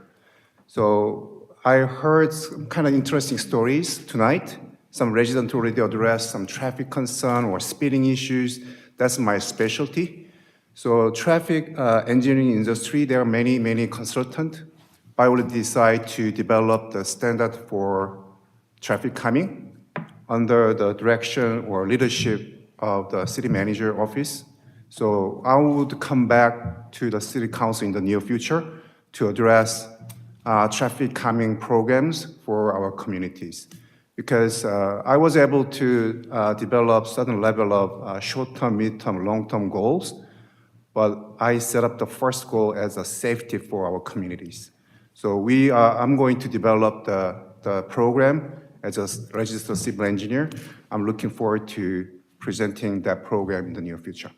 Thank you. Thank you for welcoming me for this community. Appreciate it. Welcome. 안녕하세요. Thank you. All right, so we're on to item 10, future agenda items. We've got a full meeting coming up with tree removal, potential One Voice projects. As you know, One Voice is in May 19th through 21. So anything we want to submit with One Voice, we'd be bringing back to the next meeting. And then Amanda's going to be talking a little bit about a city logo. We have a seal, but no logo at this point in time. So we thought we'd bring that back to the council for discussion. I think we may have our first Mello-Roos Community Facility District establishments for north of Byron coming forward at the next meeting. Hamid talked a little bit about the CMAQ grant application. We've talked about improving the connectivity on the cameras. We're hoping to get that ready for the next meeting. And of course, the park and playgrounds at Bethany, we're looking at bringing the playground equipment back for approval as well, along with talking about tree removal, and as I just mentioned earlier, the Veterans Committee update. And then don't forget, on the 19th at 7 o'clock, we've got staffs pulling together the information for our strategic planning session as well. And we're hoping to get the development code back to you soon, and then again, start talking more about traffic by the end of February as well. And we've also put, keep going down, we've also put, based on feedback, putting a discussion about emergency management on the agenda. The 25th is a Tuesday, by the way. Correct. Yeah. Yes. So I don't want people That's to my bad. show I'll up fix on it. Wednesday. Need to fix that, sorry. Okay. And so, yeah, based on some of the feedback I've been hearing from the mayor and council, we thought it'd be good as we update our emergency operations, emergency management plan. We're going to bring that back for the council and for the community to learn a little bit more about what we do in case of disasters. That's at the front of mind right now. On the 25th or later? Later. Okay. Later. We've got some things we need to do at the county, so we wanted to bring it back to you when it's in good shape. So don't forget, we've got 3 meetings coming up in February. And then don't forget about the Planning Commissioner Conference in March, 2 board meetings in March, and then if anyone's interested, I think I've mentioned the Parks and Rec Conference is up in Sacramento. If folks want to go take a look at a lot of the latest park equipment and things like that. That's the week we're not having a council meeting in March. All right. All right? Is that it? That's it? Thank you, Steve. No, no. We can talk to you after the meeting. 11, council comments. Councilmember Harrison? Yeah, I just wanted to say today is Chinese New Year's. So Gung Hei Fat Choi to our Asian residents. And thank you for all the reports today. Those were good. Oh, yeah. Yeah, I brought that for our staff here. So anyways, yeah, very good reports. And again, Amanda, thank you for yesterday for being my sidekick for the county. That's all I got. All right, Councilmember Green, anything? I would just like to say thank you to the mayor and vice mayor council for really helping and participating with Mountain House United for their MLK event. It turned out to be really well, and I just want to let you guys know how much I appreciate you. And enjoyed hanging out with you guys in Sacramento. And yeah, that's about it. I might. Councilmember Disco. Thank you to staff for the great presentation and well-prepared reports tonight. Sharing the sentiments of the MLK Day event. Thank you for all coming out. And yeah, happy Chinese New Year. Thank you. Vice Mayor Tingle? Yes, I'd just like to echo again with the support of staff. The reports tonight were really right on. Also, just to echo that the MLK presentations were very, very good. And also, on March the 29th, it will be Cesar Chavez presentation, and that will be here in Mountain House, March the 29th. And that's Mountain House United is putting that on, but like everything else, it is something for the community to participate in. And also on February the 23rd, CVGCA will be doing their annual health fair, and that will be at Cuesta. And the community is asked to come out because that's information for us all to enjoy a better lifestyle, health style. Thank you. We have a correction, Councilmember Green. The Cesar Chavez event is March 30th. Sunday? Sunday, March 30th? Okay. Thank you. Oh, it's been changed? Okay, I was told it was the 29th. Okay, so it's been updated, I guess. Okay. One more thing. You got one more comment? Mountain House United is also inviting the community to a unity walk on the date of Selma, March 9th. So they'll be sharing more for that. Who bet on 902? You're losing because of those extra comments. Anyways, I think we're doing well and staff's carrying us. Great job. So let's keep going, continue to build this wonderful city. And we want to hear from our city attorney to now. John? No? I don't have anything. Thank All you. right, fine. Last minute thoughts, Steve? No comments.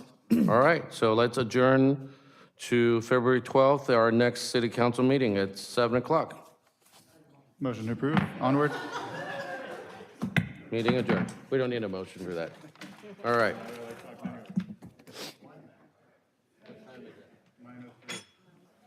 Who bet for 9:03?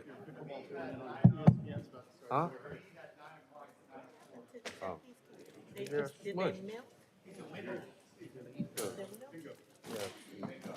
I gotta go home and find my phone. Find my phone. Are you Ann? You're still Ann, right?